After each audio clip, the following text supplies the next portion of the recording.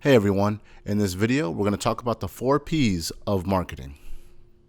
My name is Blane McCullough. As a veteran, I've trained with the Army creating media campaigns, and after 6 years of military service, I would work with dozens of entrepreneurs in creating everything from logos to websites. And now, with over 15 years of experience, my goal is to help you tell a story that will impact your audience and build a brand you will be proud to bear. Okay, so a lot of people think marketing is just the communication of the product to the customer. And that's really only one quarter or a portion of marketing as a whole. Marketing as a whole, I mean, it covers a lot of things, especially now with digital technology and things like that. There's so many different interpretations of what marketing is, or marketing versus branding, and I'll get into that in a whole nother video.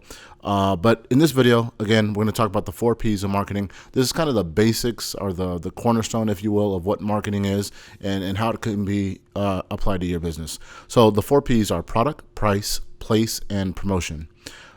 Product is the physical product or the service designed to meet the needs of the customer. So think of an insurance company. You'll hear them talk about their products. Well, the products they offer are really the insurance packages that you can purchase, and so they're still called products, even though it's more of a service base. Each service is still considered a product that is offered. Banks offer services, such as the banking accounts, or I'm sorry, obviously the banking accounts, the checking accounts versus savings accounts versus credit card accounts, all these different accounts or offers that the banks give you, even though they're all service-based. The bank itself will consider them products that they offer to your customer, to their customer, excuse me. Also, the additional features that I talked about that in another video, the perceived value that they offer. A lot of times people think of the product not just on the physical product you're getting, but more so in terms of the features that you're getting with it. So, case in point, the iPhone, as I touched on before, the newest iPhones are more, the product isn't so much the phone as much as they're promoting more the features that you get with the phone. So the product kind of almost becomes, in some cases, can be more the features that give that customer more convenience. And reason why that can be sometimes is because that feature that you're offering a lot of times is what sets you apart from a competitor. So the feature of being able to do a 2-day delivery, for example, is something that sets you apart. So the 2-day feature of that product is actually what would cause customers to buy the product. We'll go into so that's product. Now we're going to go into price. So a very basic way, again, this is just a real quick basic way to look at price. There's many different pricing strategies, price models, way to come up with price. But a very basic understanding is that there's a cost to make the product called cost of goods.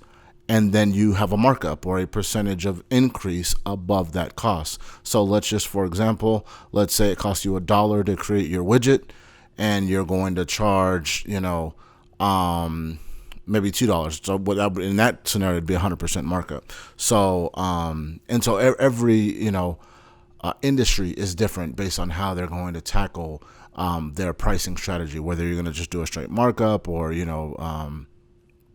however you choose to come up with that.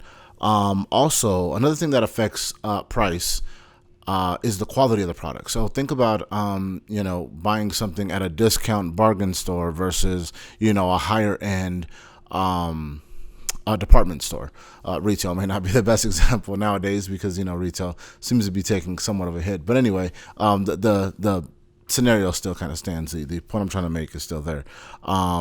Pricing sometimes is dictated by the quality of the product. That's the point that I'm trying to make. Pricing is dictated sometimes by the quality of the product. You hear the term, you get what you pay for. Doesn't mean that you can't sell your items at a bargain price. A lot of times what entrepreneurs do is they go, well, I'm going to sell my product here because if I sell it for $1, I'm going to get 1,000 people to come into the store. And so you have to be careful with that, because even though you price yourselves low, sometimes depending on who your target audience is, that could have a perception that what you're offering is actually an inferior product.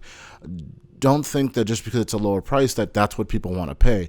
We're willing to pay for what we find value in, and that's why it's important to understand the value that you're bringing to the customer and the value proposition. As long as you're giving your customers the value that they expect, then there's no problem with pricing your product appropriately.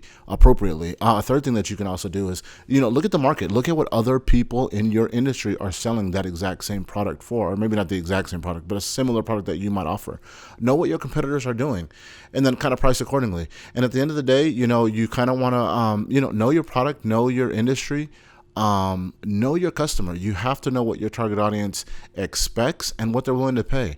And, that being said, there's nothing wrong with asking customers, especially if you have a repeat customer.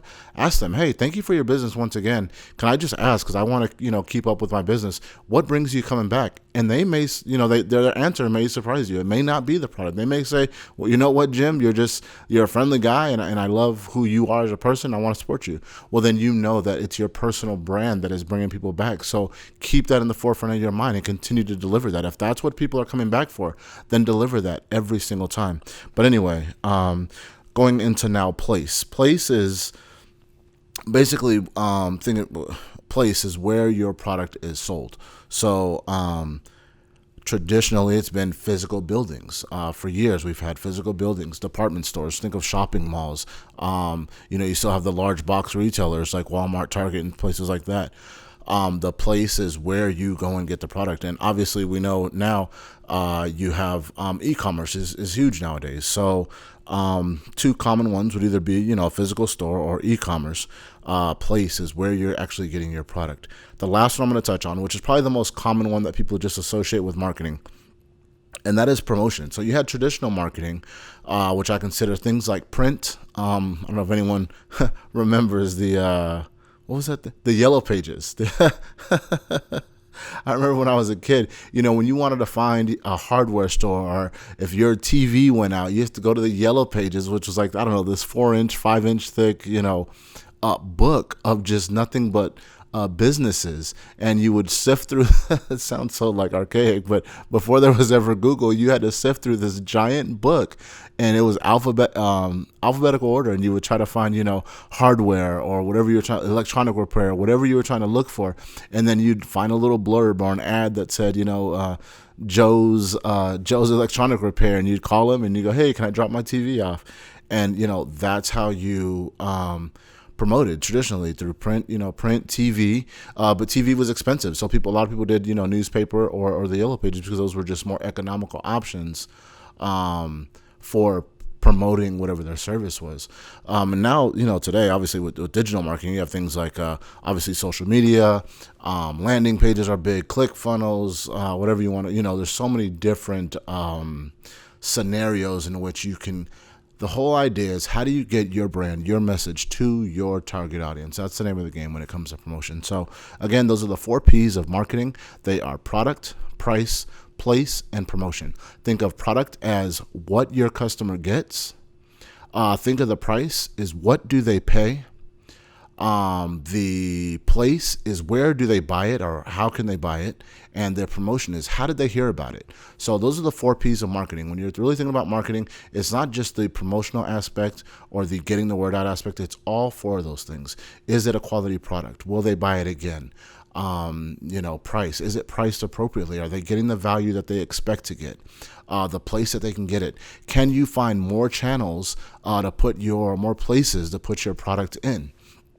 At local farmers markets, or just, where else can you put your product? Typically, obviously, a lot of us nowadays, we just go right to an e-commerce website, because those are pretty simple to do. If you need help with that, give us a holler. We'll help you out with that. But shameless self-promotion there. But, so there's e-commerce things that we can do nowadays. And then, again, lastly is a promotion, which, nowadays you can at least start with social media marketing and kind of getting your brand on social media platforms and kind of building from there. So I hope this video was helpful. If you enjoyed it, please like, subscribe, share, all those things. And until the next time, peace and love.